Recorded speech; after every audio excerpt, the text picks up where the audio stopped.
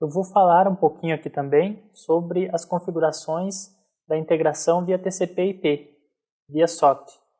A gente vai ter uma aula específica sobre integração via TXT, uma aula específica sobre integração TCP/IP, mostrando de forma mais prática realmente com a aplicação, como isso funciona, mas apenas para mostrar como funcionam as parametrizações aqui, a gente vai estar dando uma pincelada nessa configuração também. Então, para me utilizar via TCP/IP, basta eu selecionar essa opção. Eu vou definir aqui a porta que vai estar liberada no meu servidor. Posso estar utilizando na rede local, como posso estar utilizando também numa rede externa. Desde que eu tenho um IP externo, eu deixo a porta disponível no meu servidor. Eu posso acessar empresas com filiais, por exemplo, em outras localidades, utilizando essa configuração TCP/IP, se eu tiver essa configuração. Aqui basta então eu definir a porta, o timeout de resposta, que é o tempo que eu desejo esperar a resposta da aplicação. Esse aqui é um tempo default, padrão, ele vai funcionar até mesmo para documentos fiscais eletrônicos, que tem um tempo de resposta do web service, mas é um tempo médio aí que funciona bem. Dependendo da situação, você pode aumentar esse tempo. E da mesma forma, você pode definir se a sua linguagem de programação utiliza caracteres aí no formato ANSI string. Então eu vou salvar essa configuração. Da mesma forma, ele vai pedir para reiniciar o monitor, que eu mudo as características aqui de comunicação, então eu preciso reiniciar o monitor.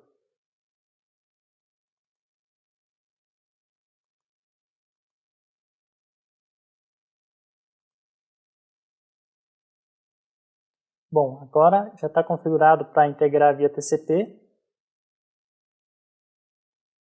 Aqui no diretório raiz do ACBR Monitor,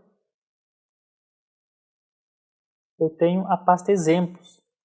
Nesta pasta que acompanha o instalador, eu tenho diversos exemplos de como integrar com diversas linguagens. São contribuições aí de usuários que já integraram utilizando essas linguagens, e eles colocaram aqui o código-fonte, as classes principais aqui de como integrar, por exemplo, em COBOL, VB6, Java, Clipper, COBOL, PHP.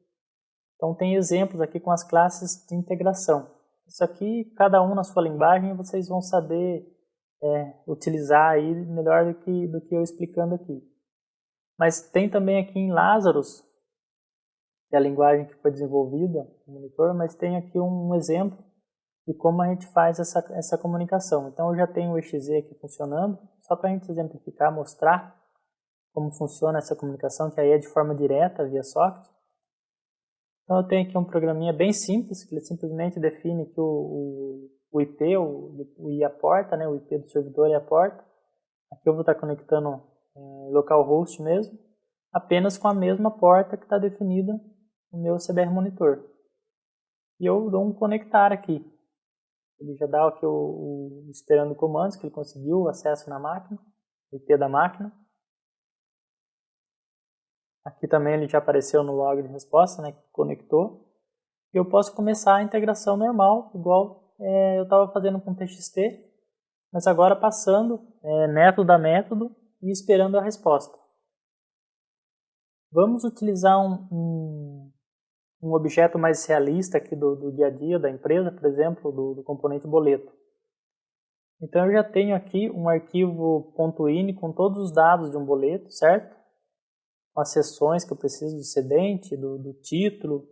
Isso aqui, como eu falei, a gente vai ver em detalhes depois num curso específico sobre o boleto. Mas só para a gente exemplificar aqui como funciona de forma bem simples, eu vou utilizar esse objeto. Eu vou colocar aqui o objeto boleto e o método incluir títulos. Eu não preciso fazer nenhuma configuração aqui no ACBR Monitor, no caso do boleto, porque eu estou passando todos os dados já de arquivo.ini. No primeiro parâmetro, eu vou passar o caminho desse arquivo.ini com as configurações. certo? Barra boleto.ini. E no segundo parâmetro, eu já quero passar aqui a informação que eu quero imprimir esse boleto. Quero incluir o título na lista do objeto e já quero imprimir. Esses parâmetros também todos definidos lá na documentação, certo? Vou mandar o comando.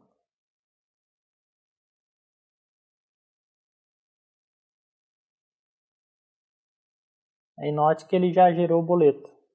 Já está pré-configurado nas configurações básicas do monitor que eu quero pré-visualizar em tela esse boleto, né? Senão, se quisesse, poderia definir para mandar direto para a impressão, para a impressora.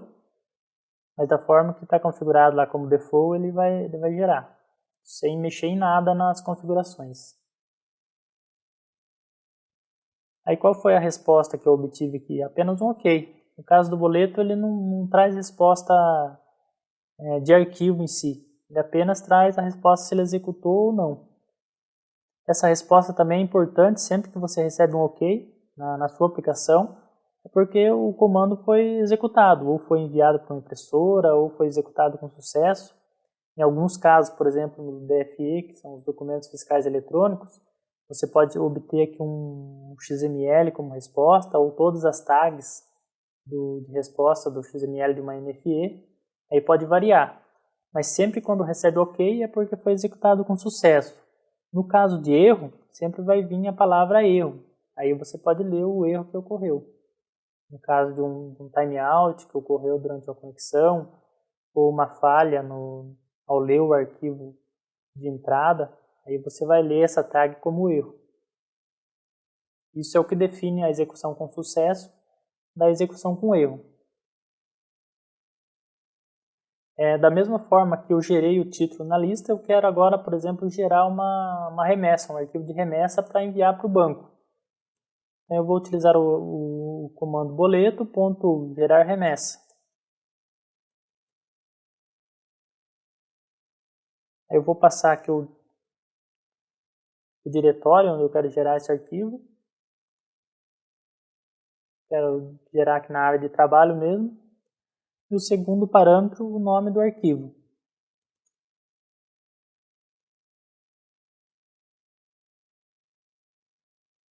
Vou mandar enviar. Note que ele já gerou o arquivo aqui na área de trabalho. E aqui no log de resposta, eu obtive OK também. Já me gerou o arquivo de remessa conforme o layout aí do Banco Bradesco, no padrão KNAB 400, pronto para integrar aí com o aplicativo do banco. Então, notem só para exemplificar mesmo como é simples a integração. Se fosse TXT, seria a mesma coisa, o mesmo comando. Como a gente está utilizando aqui TCP/IP, ainda se torna mais fácil a integração direta via aplicações. Vou desconectar. Aqui já encerrou a minha conexão.